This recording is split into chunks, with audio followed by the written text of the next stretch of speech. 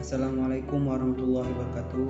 Perkenalkan, nama saya Muhammad Heran, NIM 1201031739, Fakultas Tarbiyah dan Kebudayaan, jurusan Manajemen Pendidikan Islam. Adapun video yang saya buat ini adalah untuk menyelesaikan UTS saya. Adapun dasar pengampu Bu Suci Habibah MPD.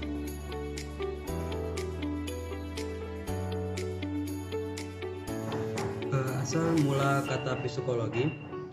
Menurut etimologi, psikologi berasal dari bahasa Yunani, yaitu pushek, yang maknanya berdarah panas, yang berarti hidup atau jiwa, dan logos yang berarti ilmu. Jadi secara harfiah psikologi itu ilmu jiwa. Kata psikologi dari bahasa Latin physiologia pertama kali digunakan oleh ahli humaniro dari Kroasia dan literatur Kroasia berbahasa Latin dalam bukunya Physiologia Animae Humanae, muncul sekitar abad ke-15 sampai ke abad 16 Masehi. Referensi yang pertama kali menggunakan kata psikologi dalam bahasa Inggris adalah terdapat dalam buku The Physical Dictionary yang ditulis oleh Stephen Blanchard, yang merujuk kepada anatomi yang membentuk tubuh dan psikologi yang membentuk jiwa. Pengertian psikologi. Psikologi adalah salah satu bidang ilmu pengetahuan dan ilmu terapan yang mempelajari tentang perilaku, fungsi mental dan proses mental manusia melalui prosedur ilmiah. Seorang melakukan praktik psikologi disebut dengan psikolog. Pengertian psikologi menurut para ahli. Yang pertama yakni Gardner Mercury. Menurut perspektif beliau, psikologi adalah ilmu yang mempelajari respon yang diberikan oleh makhluk hidup terhadap lingkungannya. Yang kedua, Clifford Morgan memperspektifkan bahwa psikologi adalah ilmu yang mempelajari tingkah laku manusia dan hewan. Yang sedangkan yang ketiga, Dakir pada tahun 1993 mengembangkan pengertian psikologi, yaitu membahas tingkah laku manusia dalam hubungannya dan lingkungannya.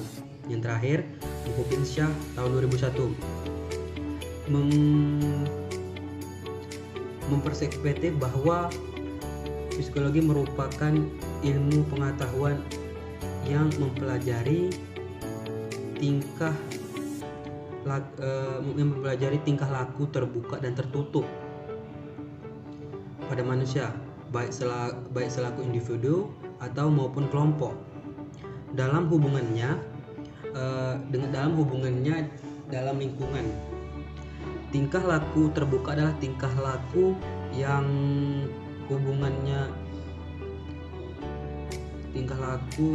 bersifat psikomotor, yang meliputi perbuatan berbicara, duduk, berjalan, dan lain sebagainya. Sedangkan tingkah laku tertutup yaitu meliputi cara berpikir, berkeyakinan, dan berperasaan, dan lain sebagainya. Sejarah psikologi. Psikologi adalah ilmu yang tergolong muda sekitar akhir 1800-an. Sebagai bagian dari ilmu pengetahuan, psikologi melalui sebuah perjalanan panjang. Konsep psikologi dapat ditelusuri jauh ke masa Yunani kuno sebelum Wood mendeklarasikan laboratorium di tahun 1879 yang dipandang sebagai kehadiran psikologi sebagai ilmu. Ilmu psikologi sendiri telah dikenal sejak zaman Aristoteles sebagai ilmu jiwa, yaitu ilmu untuk kekuatan hidup. Aristoteles memandang bahwa ilmu jiwa sebagai ilmu yang mempelajari genjala-genjala kehidupan. Jiwa adalah unsur kehidupan. Karena itu tiap-tiap makhluk hidup mempunyai jiwa-jiwa yang dapat dikatakan bahwa sejarah psikologis sejalan dengan perkembangannya intelektual di Eropa dan mendapatkan bentuk pragmatis di benua Amerika. Richard Agnes 354 sampai 450 dianggap tokoh besar dalam psikologi modern karena perhatiannya pada masa introspeksi dan keingintahuannya tentang fenomena psikologi. Dexter mengajukan teori bahwa hewan adalah mesin yang dapat dipelajari sebagaimana mesin lainnya. Ia juga memperkenalkan konsep kerja refleks. Banyak ahli filsafat terkenal lain di dalam abad 17 dan 18, Leibniz, Hobbes, Locke, Kant, Hume memberikan sumbangan dalam bidang psikologi. Pada waktu itu psikologi masih berbentuk wacana dan wacana belum menjadi ilmu pengetahuan. Sejarah perkembangannya psikologi di Indonesia. Di Indonesia perkembangan psikologi dimulai pada tahun 1953 yang dilopori oleh Slamet Irman Santoso yang mendirikan lembaga pendidikan psikologi pertama kali yang mandiri dan pada tahun 1960 lembaga tersebut sejajar dengan fakultas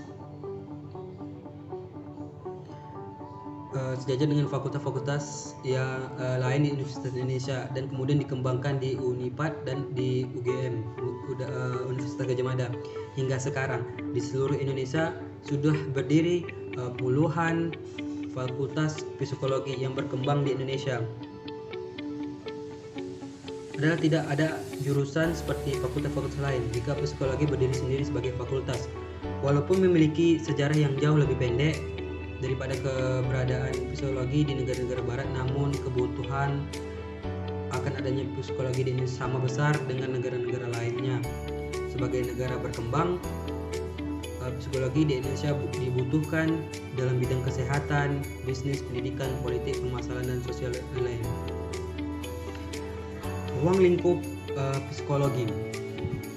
Yang pertama, psikologi umum. Psikologi yang mempelajari kegiatan atau aktivitas psikis manusia pada umum yang normal dan beradab. Yang kedua, psikologi khusus. Psikologi yang mempelajari segi-segi kekhususan aktivitas psikis manusia, macam-macamnya.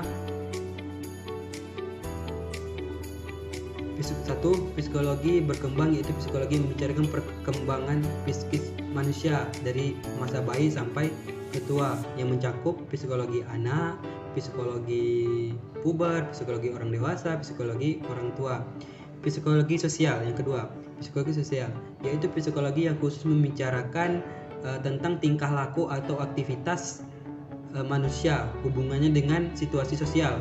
Yang ketiga, psikologi pendidikan, yaitu psikologi yang mengurungkan kegiatan manusia dalam hubungannya dalam situasinya pendidikan, misalnya bagaimana dalam menarik perhatian agar dapat mudah diterima.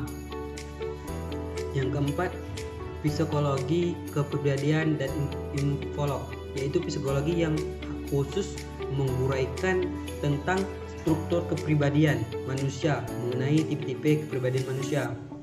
Yang kelima, psikotopologi, yaitu psikologi yang khusus menguraikan mengenai keadaan psikis yang tidak normal. Yang keenam, psikologi kriminal, yaitu psikologi yang khusus berhubung dengan soal kejahatan atau kriminalitas. Yang ketujuh, psikologi perusahaan, yaitu psikologi yang khusus berhubung dengan soal-soal perusahaan.